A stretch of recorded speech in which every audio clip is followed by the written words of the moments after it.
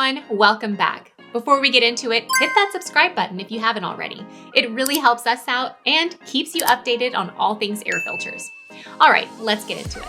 How many types of air filters do you think there are? Take a wild guess before we get started. Go ahead, pause the video and drop your guess in the comments. I'll wait. Okay, ready for the answer? There are actually a few different types of air filters, and each one has its own way of trapping particles. Let's talk about the most common ones. First up, we've got fiberglass filters. These are the most basic kind, usually seen in budget-friendly setups.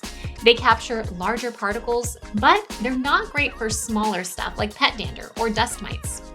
Next, there are pleated filters.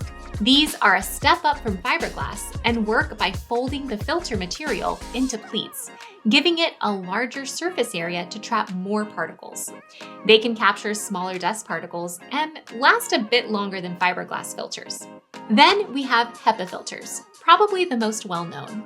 HEPA stands for High Efficiency Particulate Air, and these filters can capture 99.97% of particles as tiny as 0.3 microns. They're great if you need super clean air, especially for allergies or asthma. And lastly, there are electrostatic filters.